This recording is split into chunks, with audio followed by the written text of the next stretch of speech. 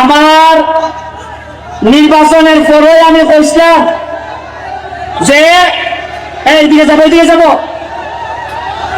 যে মাধবপুর সোনারঘাটে আপাতত আমি খালি এমপি হয়েছে, জায়গা বেচছো না আর চুরি এখন আপাতত বিয়া দিও না, কারণ জায়গার দাম বাড়বো আমি এমপি হবার পরে, আর চুরির দাম বাড়বো, বিয়া নিতে বুঝতে হলে নেওয়ার লাগবে।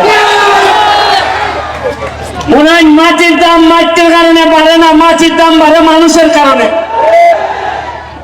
আমি আপনাদের একটা উদাহরণ দেখাইতে চাই। 4 মাস 5 মাস আগেও এই মাটির দ্বারাই আমার গালাগালি বন্ধ করা হয়েছে। আমি একটা নির্বাচন করতে গিয়ে আমি শুনছি যে আমি বাস্টার, আমি জারদ। আমি শুনছি যে আমার জন্মের মধ্যে অভিশাপ আছে। আমি শুনছি আমার দেখতে পাকিস্তানের মতো লাগে। আমি শুনছি যে তোর মতো ব্যারিস্টার ভার তোলে বলে। এরপরও আমি শুনছি যে আমি ইউটিউবার, ফেসবুক করি। আমি আল্লাহ ভাই সাইয়াদ ধৈর্য ধরছি। আমি এতিম, আমার বাপ নাই। আপনারা কি কেউ আমার বাপের নাম জানুন? আপনারা আমার নামে আমি পরিচিত হয়েছি। আমি কোন সাবের ছেলে না।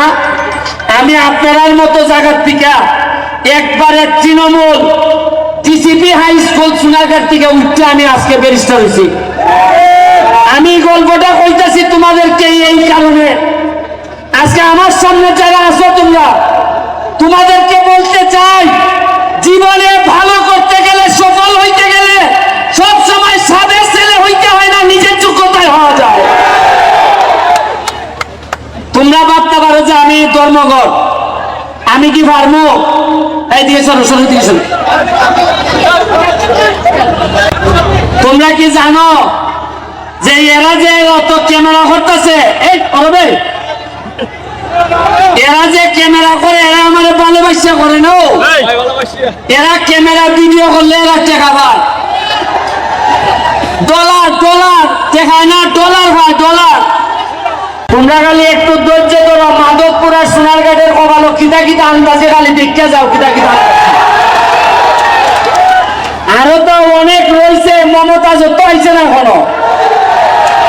গ্রামের মানুষে বলবো তোমরা মডার্ন গান আনো, আমার মমতাজ আনো, এমন লাগতো না?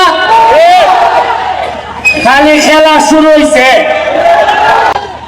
আমি ধর্মঘটের বিষয়ে আমি খালি শুনতাম ধর্মঘট।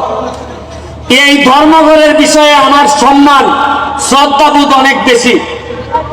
কিন্তু আমি এইখানে এমপি হয়ে আসার আগে এইখানে কিছু মানুষ দ্বারা অধর্ম হয়েছে আমি জানি ভালো করে।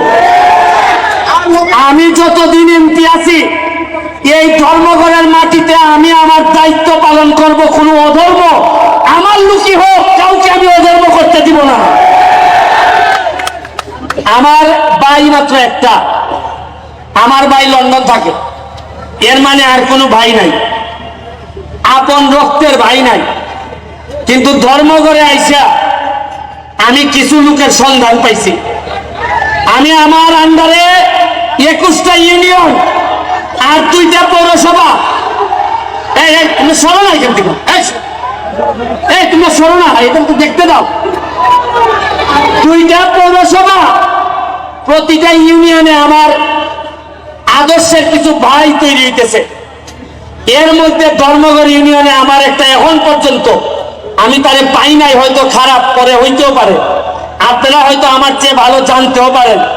তবে আমার কাছে মনে হয়েছে মার পেটের না হইলো আমার একটা আদর্শের ভাই হচ্ছে গেটুটুন।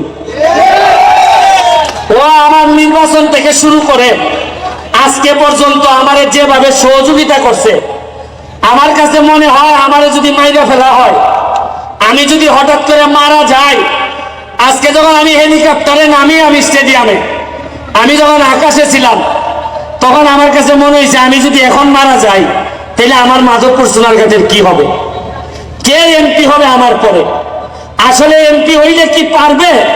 তারা কি ওই আগের মতোই মজা মারে, ফজা ভাইয়ের আমরা খালি বইটা পাই, এরকমই হবে কিনা?